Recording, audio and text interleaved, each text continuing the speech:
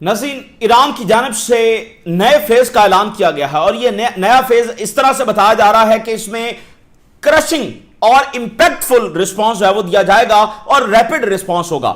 ابھی ایران نے 59th view جو ہے وہ فائر کر دی ہے، کچھ گھنٹے پہلے، 1.5 گھنٹہ پہلے جو ہے انہوں نے 58 فائر کی تھی، اور اب جو وہ 59 انہوں نے فائر کی ہے، جس میں پہلی بار انہوں نے حج قاسم جو میزائل ہیں وہ استعمال کیے ہیں۔ بڑی جو سینسٹیو سائٹس ہیں اسرائیل میں وہ نشانہ بنائی جا رہی ہیں۔ تل اویو تو مسلسل نشانہ بن ہی رہا ہے، لیکن باقی جو سینسٹیو سائٹس ہیں، بنکرز ہیں، کمانڈ سینٹرز ہیں، وہ نشانہ بن رہے ہیں۔ ابھی یہ خبر آ رہی ہے کہ ایک اسرائیلی جو کمانڈر ہے وہ اس میں نشانہ بنا ہے۔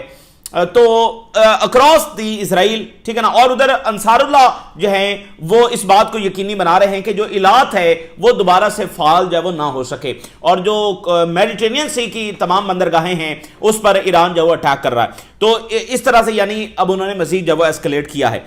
اسی درمیان حزب اللہ نے یہ کہا ہے کہ اگلے چند گھنٹوں کے اندر اسرائیل پر بہت بڑے حملے ہونے جا رہے ہیں، اور جو گراؤنڈ کنفرنٹیشن جاری ہے اس میں کچھ ایسی رپورٹس سامنے آ رہی ہیں کہ گھات جو وہ لگائے گئے ہیں، اور آپسی جو جنگیں ہیں OIC ممالک کے درمیان ان کو آپس میں لڑوانے کی کافی زیادہ کوششیں کی جا رہی ہیں، اور اگر اس میں اسرائیل کامیاب ہوتا ہے تو یہ اس کی بڑی کامیابی سمجھی جائے گی۔ اب مثال کے طور پہ کویت نے یہ کہا ہے کہ کویت کے اندر حزب اللہ کی پریزنس ہے۔ حزب اللہ نے کیٹیگوریکلی اسٹرانگلی اس کو ریجیکٹ کیا ہے کہ ہماری ادھر کوئی پریزنس نہیں ہے۔ تو یعنی ایک بیانیہ ہے کہ ایران اور ریزسٹنس یہ ان ممالک جو ہے وہ ڈیسٹیبلائز کرنے کی کوشش کر رہے ہیں، یا وہاں پر جو ہے وہ ایکٹیو ہونے کی یہ آرگنائزیشن جو ہے وہ کوشش کر رہی ہیں۔ تو یہ بڑا سنگین ترین معاملہ ہے، کیونکہ وہاں پر بادشاہ آتے ہیں اور وہ اس چیزوں کو ظاہر افورڈ نہیں کر سکتے ہیں۔ تو یہ اب اس طرح کے بیانیے جو ہے وہ کون آگے بڑھا رہا ہے۔ پھر معاملہ اب آ گیا ہے آئی لینڈز کے حوالے سے، کیونکہ جو امریکی مرینز ہیں وہ اگلے 24 گھنٹوں میں پہنچ جائیں گے، تو انڈین اوشن کے اندر وہ داخل ہو چکے ہیں۔ اب وہ یہاں پر آ کر کیا کریں گے؟ وہ آئی لینڈز کے اوپر جو وہ اٹیک کر سکتے ہیں، وہاں پر کنٹرول کرنے کے لیے اتر سکتے ہیں۔ تو ایران نے اپنے تمام جو جزیرے ہیں ان کو ہائی الرٹ پر کر دیا ہے، جو سٹریٹ آف ہرمز کے اندر ہیں، جو خلیج فارس کے اندر ہے، اور ایران نے کہا ہے کہ اگر ان کے اوپر اٹیک کیا جاتا ہے، ان جزیروں کے اوپر، یا ان کو کنٹرول کرنے کی کوشش کی جاتی ہے، تو ہمارا رسپانس جو وہ بالکل ڈیفرنٹ نوعیت کا ہوگا۔ اور اسی درمیان جو علی لاریجانی ہیں اس کے حوالے سے اسرائیل یہ مکمل دعویٰ کر رہا ہے کہ وہ اس میں شہید ہو چکے ہیں، اور بہت ہی گھمنڈ جب اسرائیل کی جانب سے دکھایا جا رہا ہے۔ دنیا کو ایک عجیب سی طاقت کا سامنا ہے، یعنی اگر آپ دیکھیں تو یونائٹڈ نیشن بنا، اس کے بعد کی یہ ساری دنیا جس میں ایفرٹ ہو رہی ہے کہ ہم ماضی کی دنیا سے ایک بہتر دنیا بنائیں۔ آئیڈیل دنیا ظاہر نہیں بنائی جا سکی، لیکن ماضی کی دنیا سے پھر بھی بہتر تھی۔ تو اسرائیل کی جو ساری کاروائیاں ہیں اور یہ جو زائنزم ہے، اس نے ان تمام جو ایفرٹس ہیں انسانیت کی، نہ صرف ان کو ریورس کیا ہے بلکہ اور بھی دنیا کو بدترین کر دیا ہے۔ کیوں؟ کیونکہ آج تو بڑے مہلک ہتھیار جو وہ موجود ہیں۔ آج تو جو ہیومن کاسٹ ہے وہ ماضی کی جنگوں سے کہیں زیادہ ہے۔ تو جہاں پر اسرائیل دنیا کو لے آیا ہے، جس مورل بینکرپٹنسی کے اندر لے آیا ہے، جو اخلاقی دیوالیہ پن اس وقت دنیا کا نکل چکا ہے، اگر آپ غور کریں تو کس کی وجہ سے نکلا؟ یہ جینوسائیڈ کس نے کی ہے، اور یہ جنگ اس وقت کس نے چھیڑی ہے؟ یہ اسرائیل کی جنگیں ہیں جس پر ویسٹ کی منافقت ہے، اور جو اخلاقی دیوالیہ پن ہے وہ نکلا ہوا ہے۔ تو وہ زائنزم جو ہے وہ اس کا ذمہ دار ہے۔ اب یہ اسیسینیشن کر رہے ہیں، اور اس کے اوپر پھر بڑے گھمنڈی انداز میں کہہ رہے ہیں کہ دیکھو، مطلب آپ ذرا اندازہ کریں کہ یہ دنیا کو انہوں نے بنا کے کیا رکھ دیا، اور ابھی تو ان کا گول ہے گلوبل سپر پاور بننے کا۔ تو اگر یہ گلوبل سپر پاور بن جاتے ہیں تو پھر یہ دنیا کو چلائیں گے کیسے؟ ان کے لوگ جو ہیں وہ غلامی کو بھی لیگلائز سمجھتے ہیں کہ وہ ہونی چاہیے، تو یہ دنیا کو کیسے چلائیں گے؟ آپ ذرا سوچیں کہ وہ کیسا دور ہوگا دنیا کا۔ نتنیاہو کہہ رہا ہے کہ علی لاریجانی کو نشانہ بنا کر ہم ایرانینز کو ایک چانس دے رہے ہیں کہ وہ آئیں اور اپنی تقدیر سنبھال لیں، یعنی گورنمنٹ کے اوپر جب وہ قبضہ کر لیں، یعنی کھلی بغاوت۔ ان کو سب سے بڑی تکلیف اس وقت یہی ہے کہ ایرانین قوم متحد کیسے ہے؟ ایرانین قوم اپنے ہی پاؤں پر کلہاڑی کیوں نہیں مار رہی کہ وہ اپنے ہی ملک کو ڈیسٹیبلائز کر دے، جیسے لیبیا کے لوگوں نے کیا، جیسے باقی ملکوں نے کیا؟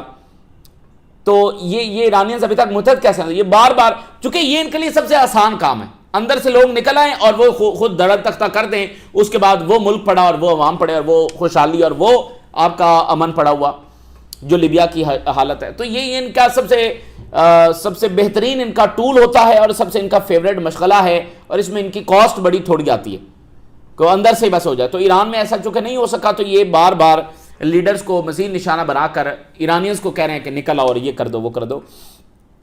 تو اب جو اسرائیل کا فارن منسٹر ہے کہتا ہے کہ علی لاریجانی پر 10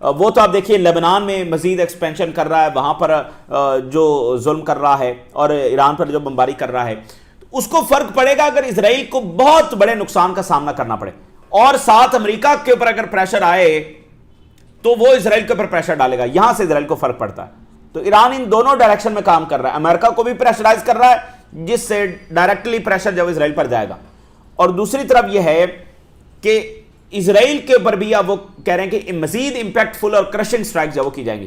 پہلے بھی ان کا کافی نقصان ہوا ہے، لیکن اب وہ ایران کہہ رہا ہے کہ ہم مزید یعنی کرشنگ رسپانس ہم دیں گے۔ تو جتنا زیادہ اسرائیل کا نقصان ہوگا یہی وہ چیز ہے جو اسرائیل کو روکے گی، اس کے علاوہ کوئی چیز اسرائیل کو نہیں روکے گی۔ تو اکراس دی ریجن جو امریکی بیسز ہیں ان کو نشانہ بنایا گیا ہے۔ اسرائیل کے اندر ملٹیپل ٹارگٹس ہیں جن کو ہٹ کیا گیا ہے۔ پہلی بار جو حج قاسم یعنی قاسم سلیمانی کے نام کے اوپر جو میزائل ہیں وہ پہلی بار لانچ کیے گئے ہیں۔ گریٹر تل ابیب ایریا کے اندر جب میزائل آ کر گرے ہیں، اور آئی آر جی سی جو ہے وہ بڑا دعویٰ کر رہا ہے، اور بڑا دعویٰ یہ ہے کہ وہ کہہ رہے ہیں کہ ہم نے اسرائیل کے اندر جو امریکن ری فیولنگ ایئر کرافٹ ہے اس کو ہٹ کیا۔ یہ پہلا بڑا واقعہ ہے۔ اس سے پہلے 2 گرے ہیں عراق میں، ایک گرا تھا، ایک ڈیمیج ہوا، 5 سعودی عربیہ میں، لیکن یہ پہلا پلین ہے جس کا وہ دعویٰ اسرائیل کے اندر کر رہے ہیں۔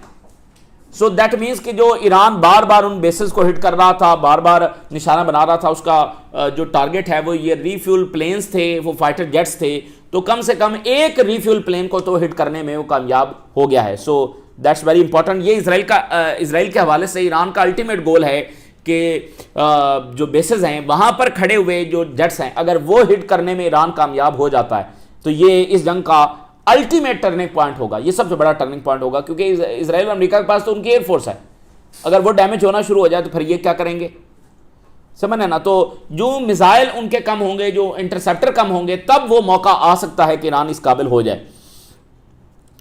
اسی درمیان وہ یہ بتا رہے ہیں کہ بیت شمیش کا جو ایریا ہے یہ یروشلم کے اندر ہے، اور تل ابیب کے اندر یہاں پر انہوں نے ہٹ کیا ہے، اور جو اربل کے اندر امریکی بیسز ہیں ان کو بھی نشانہ بنایا گیا۔ یہ کردوں کا فیکٹر ابھی موجود ہے، کردوں کا فیکٹر ختم نہیں ہوا ہے، تو وہاں پر ابھی بھی موساد اور سی آئی اے کی کوشش جاری ہے کہ ان کو داخل کیا جائے۔ ابھی تک تو انہوں نے ریجیکٹ کیا ہے، لیکن عراق میں ناظرین ایک اور کرائسس بھی چل رہا ہے، وہ یہ ہے کہ جو پی ایم ایف ہے، پاپولر موبلائزیشن فورس، یہ ہم نے آپ کو بتایا یہ عراق کی فوج ہی کا حصہ ہے، لیکن اس کے اوپر امریکہ نے بمباری شروع کی ہوئی ہے، اور امریکہ یہ سمجھتا ہے کہ زمینی جنگ میں یا اس جنگ میں آگے چل کر یہ پی ایم ایف جو ہے وہ ایران کے ساتھ مل کر امریکہ اور اسرائیل کے خلاف لڑے گی، تو اس کے اوپر انہوں نے بمباری شروع کر دی۔ ابھی تک پی ایم ایف نے رسپونڈ نہیں کیا۔ پھر عراق کی جو گورنمنٹ ہے جو بغداد میں ہے، اور جو اربل کے اندر کرد گورنمنٹ موجود ہے اٹانومس ریجن میں، ان کا آپس میں ایک تنازع چل رہا ہے آئل پائپ لائن کے حوالے سے۔ تو اس طرح کے ایشوز ہیں جن کو امریکہ اور موساد جو ہے وہ ایکسپلائٹ کر سکتے ہیں، ٹھیک ہے نا۔ عراق اس وقت بہت بڑے کرائسس سے گزر رہا ہے، اگر یعنی ایران کے علاوہ کوئی اور ملک اس وقت حالت جنگ میں ہے تو وہ عراق ہے، اور لیبنان ظاہری طور پر، اور اس کے بعد جب وہ عراق ہے جہاں پر ملٹیپل فیکٹرز ہیں، یعنی عراق کی ریزسٹنس ہے، ادھر کرد فیکٹر ہے، ادھر پی ایم ایف کے اوپر اٹیکس ہیں، مطلب وہاں پر ملٹیپل فیکٹر جو ہے وہ ساتھ ساتھ چل رہے ہیں۔ آئی آر جیسے یہ بتا رہے ہیں کہ ہم نے قدر میزائل استعمال کیا، عماد، فتح، حج قاسم، اور اس کے علاوہ جو بڑے ڈسٹرکٹیو ڈرونز ہیں وہ استعمال کیے گئے ہیں۔ یہ ویپنز ہیں، اور ان کا 1 ٹن جو ہے وہ 2 ٹن ہے، یہ سارے استعمال کیے جا رہے ہیں۔ اور جیسا کہ نیو فیز ہم نے شروع کیا ہے انٹائر ریجن میں، صرف اسرائیل میں نہیں حملے کریں گے بلکہ انٹائر ریجن میں جو امریکی بیسز ہیں ان کو نشانہ بنائیں گے۔ آگے چلتے چلتے ہم نے یہ بھی دیکھنا ہے کہ وہ کون سا 3 شولڈ ہے کہ گلف کہیں گے کہ ہم بھی حملہ کرنے جا رہے ہیں، یعنی اگر یہ حملے 5 10 دن 15 دن جاری رہتے ہیں، اب دیکھیں نا کتنا ٹائم تو ہو چکا ہے، اب تیسرا ہفتہ مکمل ہونے جا رہا ہے، تو اگر یہ مزید 5 10 دن جاری رہے تو پھر کیا گلف ممالک کہیں گے کہ نہیں ہم حملہ کرنے جا رہے ہیں، یا پھر ان کی سوائل وہ جیسے ایران کہہ رہے ہیں کہ وہ استعمال ہو رہی ہے، تو آگے آنے والا ایک ایک دن مزید خطرناک جو وہ ہوتا چلا جائے گا۔ بہرحال اب امریکہ کے اندر بھی کافی زیادہ پریشر آ رہا ہے، اور اسرائیلی لابی جو ہے وہ اس وقت بڑی شدید تنقید کی زد میں ہے امریکہ میں، اور وہاں پر یہ ڈیبیٹ ہو رہی ہے کہ اس جنگ میں ہمیں لے کر کون گیا ہے، تو وہ کہہ رہے ہیں اس کی سولو ذمہ دار جو وہ اسرائیلی لابی ہے، جو ہمیں بار بار اسرائیل کے مفادات میں ہمیں ان جنگوں میں لے کر جاتا ہے۔ دیکھیں عراق میں امریکہ آیا، باقی ملکوں میں آیا، امریکہ نے تو کچھ بھی فائدہ نہیں اٹھایا، اور نہ ہی عراق اس میں فاتح ہوا، عراق نے بھی کچھ فائدہ نہیں اٹھایا، امریکہ نے بھی کچھ فائدہ نہیں اٹھایا، تو اس کا فائدہ تو اگر کسی کو ہوا تو صرف اسرائیل کو ہوا، کہ عراق بھی تباہ ہوا اور امریکہ بھی کمزور پڑا، تو اسرائیل کو تو اس میں کوئی نقصان نہیں ہوا، تو امریکہ نے اس میں سے کچھ حاصل نہیں کیا۔ تو اب وہاں پر یہی بات چل رہی ہے کہ یہ اسرائیلی مفادات میں ہمیں جنگوں میں لے جایا جا رہا ہے۔ دیکھیں امریکہ ایران جنگ سے کبھی فاتح ہو کر نہیں جا سکتا، بلکہ جتنی کاسٹ اس کو پے کرنا پڑ جائے گی، فتح تو پھر بے معنی ہو جائے گی جتنی کاسٹ وہ پے کرے گا، کیونکہ ایک ملک ہے وہ آلریڈی کمزور ملک ہے، وہ آپ کے لیے کوئی خطرہ نہیں ہے، وہ آپ کے ساتھ ٹریڈ کرنے کے لیے تیار ہے، آپ کے ساتھ ہر ممکن تعاون کرنے کے لیے تیار ہے، تو اور آپ کو کیا چاہیے؟ لیکن آپ نے پھر بھی اس پر جا کر حملہ ہی کرنا ہے، تو پھر آپ نقصان اٹھائیں گے جس طرح سے امریکہ اٹھا رہا ہے۔ کتنا کرائسس در کرائسس ہے جس کا امریکہ کو سامنا ہے۔ ایران تو کہہ رہا تھا ہم آپ کے لیے اپنی انرجی مارکیٹس کھول رہے ہیں، آپ کی کمپنیز یہاں پر آئیں، ہم آپ سے بوئنگ طیارے بھی خریدیں گے، ہم hundreds of billions of dollars کی ایک ٹریڈ ڈیل جو وہ بنا سکتے ہیں۔ بہرحال ان کو ایک کروسیڈ لڑنا تھا اسرائیل کے لیے۔ اب IRGC کے جو گراؤنڈ فورسز ہیں، گراؤنڈ فورسز کے کمانڈر ہیں، وہ یہ کہہ رہے ہیں کہ گلف کے اندر جو ہمارے آئلینڈز ہیں یہ ہائیسٹ ریڈینس کے اندر ہیں اور کرش کریں گے دشمن کو اگر وہ یہاں پر آئے۔ تو یہ اگلا فیز ہے، مطلب 2-4 دنوں کے اندر اندر اس آئلینڈز کے اوپر کچھ نہ کچھ جو وہ ہو سکتا ہے۔ اچھا، میکرون کی بڑی امپورٹنٹ سٹیٹمنٹ آئی ہے۔ اسٹریٹ آف ہرمز جو ہے ظاہر ہے وہ ایک بہت بڑی امبیرسمنٹ اور ہزیمت جو وہ سپر پاور کے لیے بنا ہوا ہے، تو میکرون یہ کہہ رہے ہیں کہ فرانس تو کسی رول کے اندر پارٹیسپیٹ نہیں کرے گا اسٹریٹ آف ہرمز میں، لیکن ہم تب آئیں گے اگر وہاں پر کوئی ایسا میکنزم بنتا ہے کہ جب ایران پر حملے رک جائیں گے، جب سٹرائکس رک جائیں گی، سیز فائر ہو جائے گا، تب ہم آئیں گے۔ اور اس کے بعد انہوں نے کہا کہ ہمیں ایرانین کوارڈینیشن کی ضرورت ہوگی وہاں پر اسکارٹ کرنے کے لیے، ایران کی مرضی کے بغیر ہم نہیں آئیں گے، ایران کی کوارڈینیشن اور ان کی اجازت کے بغیر نہیں آئیں گے، کیونکہ ابھی جتنا یہ strait of Hormuz destabilise ہو رہا ہے، اگر یہ جنگ بندی ہو بھی جاتی ہے تو اس کو سٹیبلائز کرنے میں کافی ٹائم چاہیے ہوگا، تو اس کے لیے وہ کہہ رہے ہیں کہ ہم آ سکتے ہیں، لیکن پھر وہ بھی ایران کی مرضی کے ساتھ۔ اینی جو انٹرنیشنل کوalition بنے گا ول ریکوائر کوارڈینیشن ود ایرانینز کے کوارڈینیشن کے بغیر تو کچھ بھی نہیں ہو سکتا۔ ہم وہاں پر جائیں، وہاں پر ایرانینز اٹیک کر دیں تو پھر ہم کیا کریں گے؟ ٹرمپ کے بھی ذرا گلے شکوے سن لیں۔ ایک شخص جو ہے وہ روز اپنے آپ کو مزید اپنی کریڈیبلٹی جو ایکسپوز کر رہا ہے، کہتا ہے کہ اب ہمیں کوئی ضرورت نہیں ہے نیٹو ممالک کی، Japan, Australia, South Korea, Europeans, ان کی ہمیں کوئی ضرورت نہیں، نیٹو ممالک کی ہمیں ضرورت نہیں ہے۔ اچھا آپ ذرا اندازہ کریں، انہوں نے انکار کر دیا، اب یہ کہہ رہا ہے ہمیں ضرورت نہیں ہے۔ بھائی ضرورت نہیں تھی تو پہلے ہی نہ کہتے۔ تو سب سے پہلے یہ کہا کہ ہمیں کسی کے بیڑے کی ضرورت نہیں ہے، ہم نے جنگ جیت لی ہے۔ پھر کہا فوری مدد بھیجو، اور نہیں بھیجو گے تو تمہارے ساتھ بڑا برا حشر ہوگا۔ انہوں نے پھر بھی نہیں بھیجے، اب کہہ رہا ہے مجھے ضرورت ہی نہیں ہے۔ تو کہتا ہے موسٹ آف آور جو نیٹو الائز ہیں انہوں نے ہمیں انفارم کر دیا ہے کہ وہ ریڈی نہیں ہے اس آپریشن میں ایران کے خلاف حصہ بننے کے لیے۔ اچھا پھر آپ اس کا ایک گھمنڈ بھی دیکھیے، وہی اسرائیل والا رنگ ادھر بھی چڑھ رہا ہے۔ کہتا ہے کہ بگیسٹ پرابلم ایران میں یہ ہے کہ مجھے پتہ نہیں ہے کہ وہاں پر بات کس سے کرنی ہے، کیونکہ وہاں پر ایوری ون دیر از ڈائنگ، ہر کوئی تو وہاں پر مر رہا ہے، تو میں بات کس سے، یعنی آپ ذرا ایک فرعونیت کا اگلا درجہ بھی دیکھیں۔ تو لیڈرز کو نشانہ بنا کے اب کہہ رہا ہے مجھے پتہ ہی نہیں وہاں پر بات کس سے کرنی، تو پتہ لگ جائے گا۔ ایک ملک جو ہے وہ ریڈی ہوا ہے اسٹریٹ آف ہرمز میں امریکہ کے ساتھ وہ جائے گا، ایک ملک آ گیا درمیان میں، اور ملک کون ہے؟ استونیا۔ استونیا جو ہے بالٹک سی کے اندر ہے، چھوٹا سا ملک ہے، اور یہ جو ہے وہ سابقہ سوویت یونین کا حصہ ہے، بہت چھوٹا سا ملک ہے، ٹھیک ہے نا۔ تو اس طرح کے چھوٹے ملک پبلسٹی سٹنٹ ہوتا ہے نا، اور ویسے بھی وہ رشیا مطلب کسی بھی وقت وہاں پر جا کر کوئی کچھ بھی کر سکتا ہے، تو وہ بس ایک ہوتا ہے کہ بھائی ٹرمپ کو خوش کرنے کے لیے یا سپر پاور کو خوش کرنے کے لیے، مطلب کوئی حیثیت نہیں ہے استونیا کی۔ آپ نے نام بھی شاید سنا ہے کہ نہیں سنا، لیکن استونیا جو کہہ رہا ہے کہ ہم آ رہے ہیں اور ہم اپنی اسپیشل فورسز بھیجیں گے۔ اچھا جی، وہ فرانس نہیں آ رہا، برطانیہ نہیں آ رہا، جرمنی نہیں آ رہا، اٹلی نہیں آ رہا، نیدرلینڈ نہیں آ رہا، اسپین نہیں آ رہا، لیکن استونیا آ رہا ہے۔ اچھا اسی درمیان جو ہے وہ آخر میں یہ آپ ہیڈ لائن دیکھیے کہ U S Israeli lobby to blame for war on Iran foreign policy, یعنی آج فارن پالیسی نے لکھا ہے کہ ذمہ دار کون ہے، یہ جو اتنا بڑا ڈیزاسٹر اس وقت امریکہ فیس کر رہا ہے اس کا ذمہ دار کون؟ تو وہاں پر یہ ڈیبیٹ ہو رہی ہے کہ اس کا جو ذمہ دار ہے وہ اسرائیلی لابی ہے، اور ٹرمپ جو ہے وہ اس لابی کے ہاتھوں کھیلا ہے اور اس نے ایران پر جا کر جنگ لانچ کی۔ یعنی امریکہ میں تو اس بات پر اتفاق ہے کہ اس جنگ میں ہمارے لیے کچھ نہیں رکھا ہے، ہم ایران کا نقصان کر سکتے ہیں، سارا کچھ کر سکتے ہیں، لیکن اس میں سے ہم لے کر کچھ نہیں آئیں گے، فائدہ کچھ بھی نہیں لے کر آئیں گے۔ ہاں اسرائیل اپنے انداز سے گیم کھیل رہا ہے اور اس کو ایران اس انداز میں جواب بھی دے رہا ہے، لیکن جہاں تک امریکہ کا تعلق ہے، ایران نے امریکہ کے لیے جنگ مشکل ترین بنا دی اور اس کی کاسٹ اتنی ہوگی کہ اس میں جیت جو ہے وہ بےمانی ہو جائے گی. سو ان ایکسپیکٹڈ جو ڈیولپمنٹس ہے وہ ہوتی چلی جا رہی ہیں. امریکہ پر پریشر بڑھتا چلا جا رہا ہے اور اندر پریشر یہ ہے کہ who bears the responsibility for this escalation, ذمہ دار کون ہے اس جنگ کا. So defining the Israeli lobby and political framing. Israeli lobby جو ہے وہ امریکی فارن پالیسی کو کنٹرول کر رہی ہے، اور یہ اسرائیلی لابی ہے کیا؟ یہ کوalition ہے انڈیویجولز کی اور آرگنائزیشنز کی، یعنی اس میں انڈیویجولز بھی ہیں جیسے بڑے بڑے زائنسٹ بلینئرز ہیں جو ڈائریکٹلی انفلوئنس کرتے ہیں، جس میں خود ٹرمپ کا داماد بھی تو سب سے بڑا زائنسٹ ہے نا. اس کے علاوہ مریم ایڈلسن اور یہ سارے بہت بڑے زائنسٹ بلینئرز ہیں، یہ انفلوئنس کر رہے ہیں. اور اس کے علاوہ آرگنائزیشنز بھی ہیں، اے پیک اور یہ ساری آرگنائزیشنز بھی ہیں. تو support for Israel across administration regardless of specific policy decision, یعنی انہوں نے مکمل اپنے ہاتھ میں کیا ہوا امریکہ کو، ایک سپر پاور کو انہوں نے مکمل اپنے ہاتھ میں کیا ہوا، اور آج ہم اس کی تباہی بھی دیکھ رہے ہیں. تو الٹیمیٹلی وہ کہہ رہے ہیں کہ یہ ٹرمپ ہی کے سائن سے آخرکار یہ جنگ شروع ہوئی ہے، تو وہ جس کے بھی ہاتھوں میں گیا ہے، لیکن قصوروار تو ٹرمپ ہی ہے کیونکہ اس کے سائن سے ہی یہ جنگ شروع ہوئی ہے.